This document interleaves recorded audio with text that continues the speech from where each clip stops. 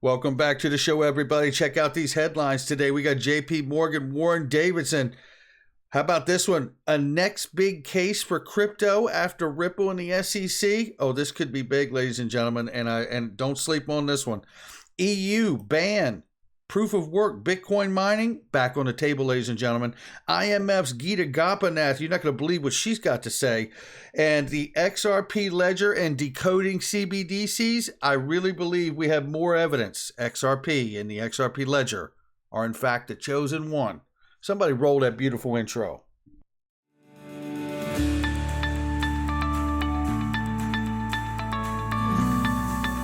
Digital Perspectives with Brad Kimes. Come on in.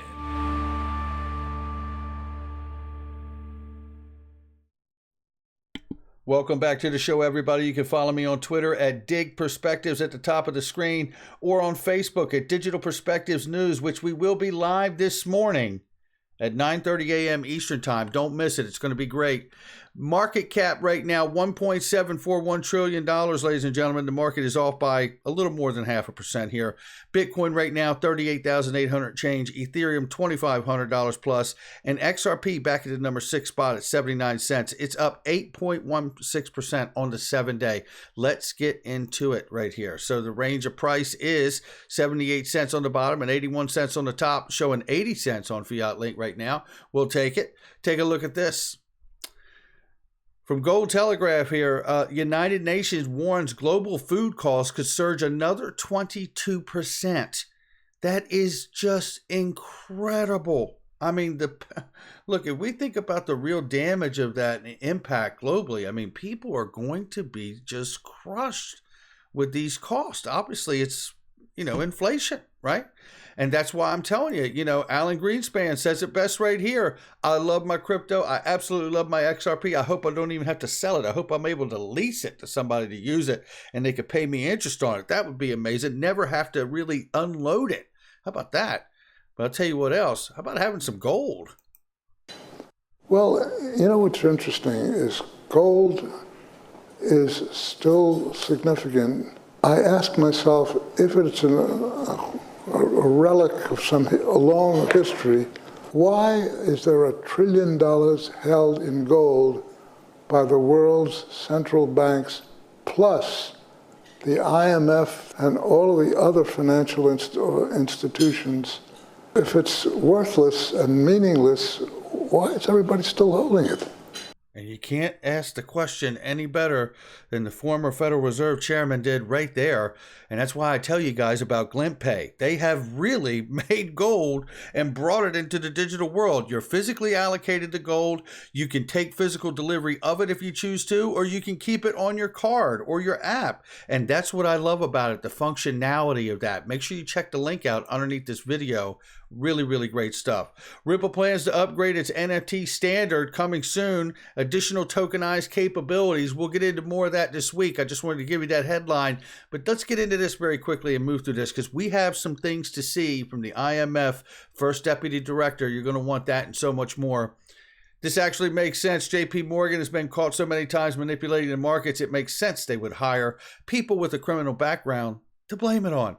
JP Morgan is saying now that they're going to hire thousands of individuals with criminal backgrounds due to labor shortage. Well, listen, JP Morgan themselves are criminals. I just hope that the people with a criminal background that want a fresh start know exactly where they're going to work.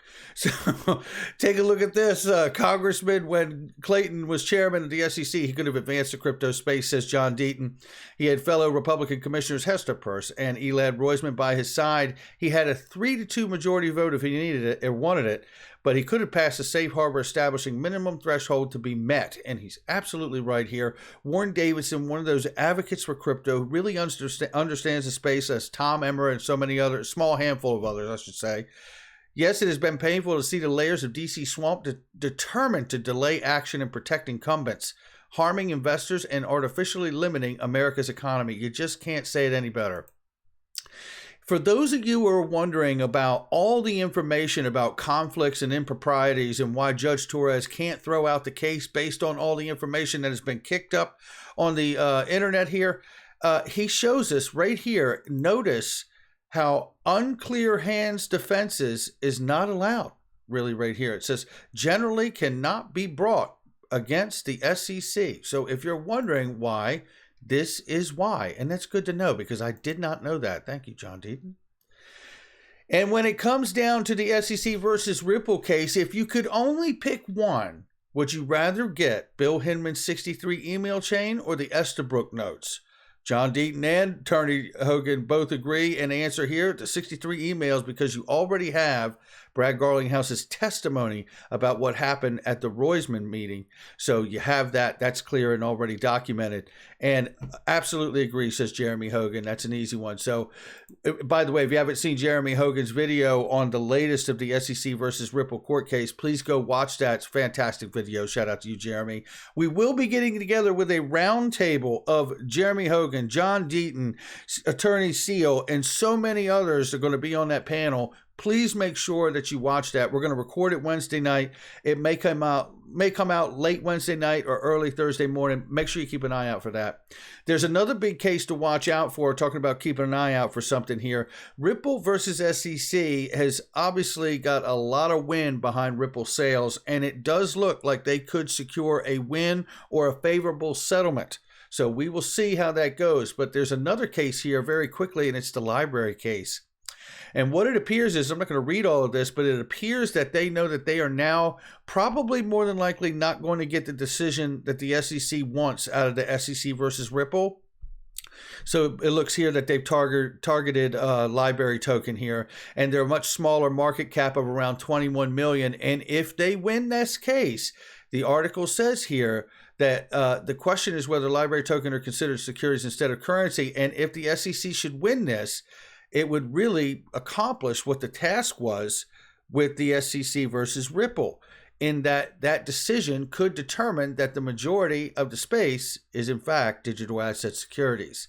You know, you can't take your eye off of what's going on here. And whether we're in the US or in the EU, take a look at this now. We reported last week that the European Union was proposing banning proof-of-work mining and proof-of-work cryptocurrencies, and then at last minute, they took it off the table. Well, at even more of last minute, it's back on, and they're voting on it tomorrow.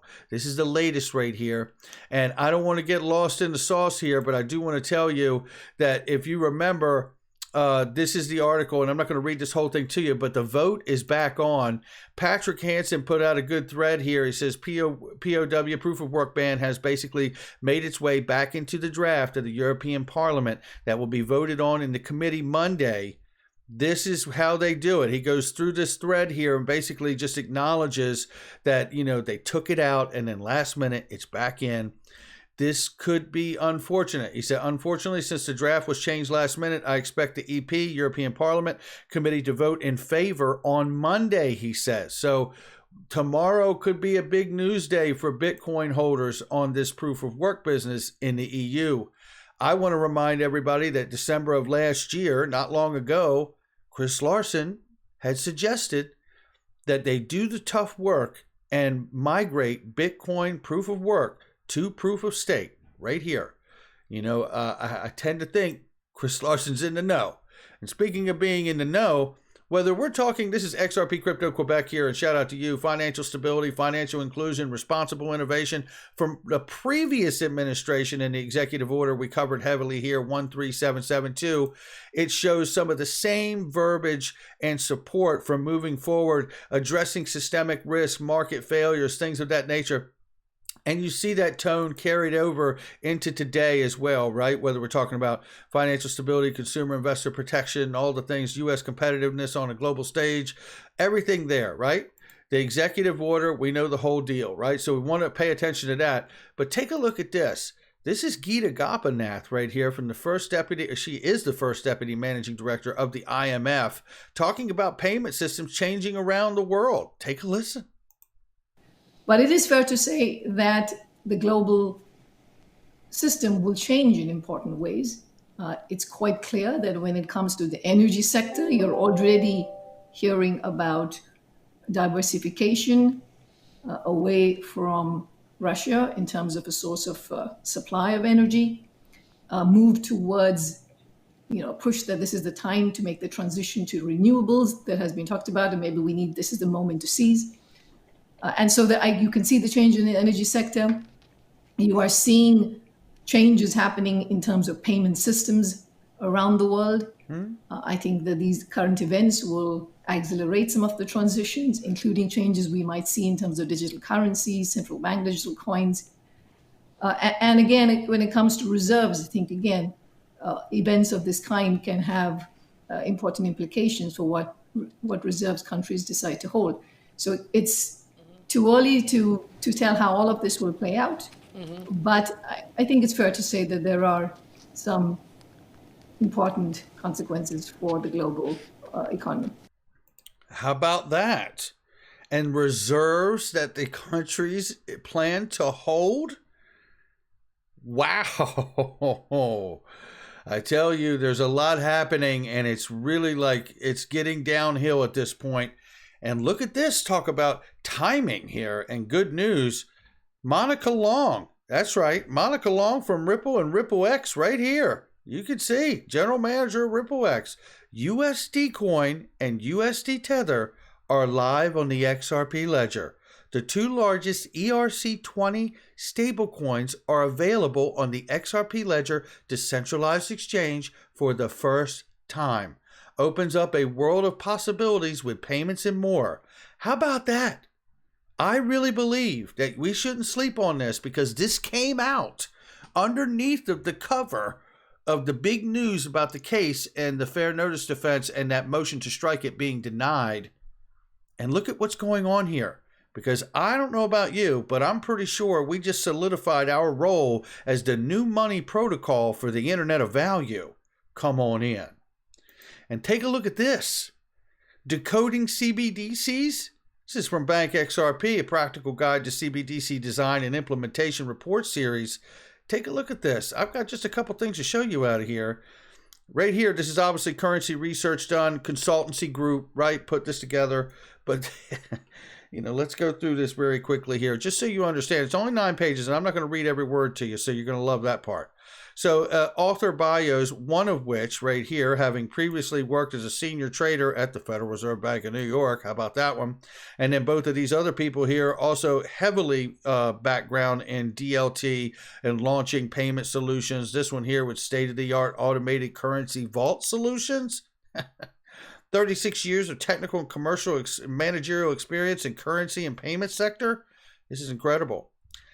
Then you come down here and they talk about Ripple. They break down crypto solutions. They go through the whole thing. Increase the access of inclusiveness, scalability, financial system while leveraging carbon neutral technology and a green digital asset. XRP, baby. Yeah. Now let's keep it moving, because I have some other things I just want to show you very quickly here. I just want to go through this and show you. And I believe it was... with extensive experimentation in CBDC wholesale retail design over the last several years, the feasibility and implementing CBDC from technical perspective has been successfully demonstrated. And they are highlighting all the different programs that have taken place from up here above.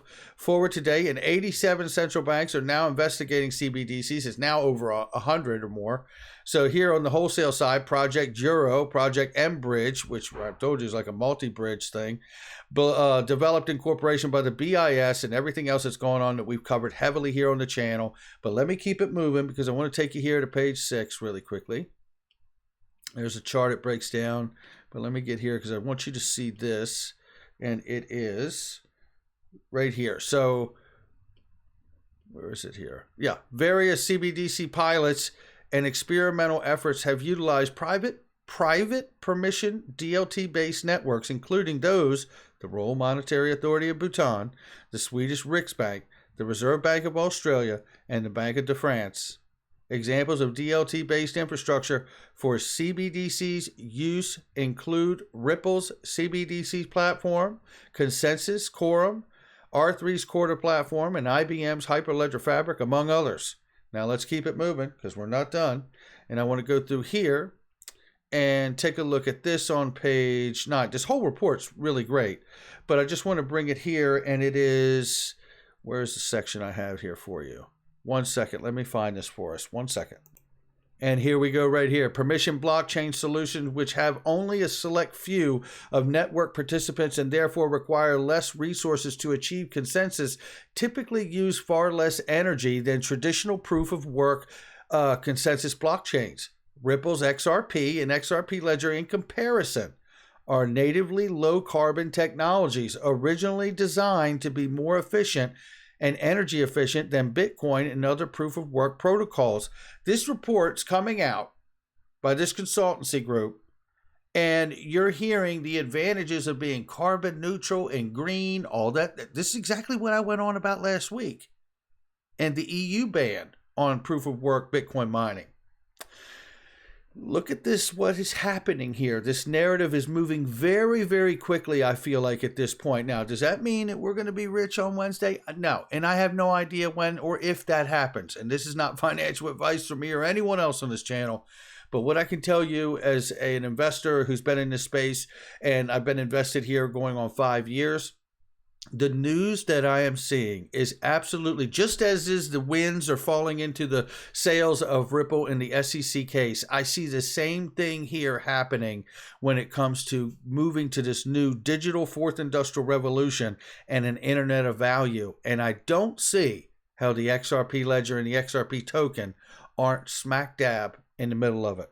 That's going to do it for me. Make sure you hit the like and subscribe. Leave a comment below. Happy Sunday, everybody. We'll see you in the Facebook Live this morning at 9:30 a.m. Eastern. Check out all the links in the description and comment section. Great products and services I use each and every day with great specials and deals, but you got to click the links to get them. I'll catch you on the next one.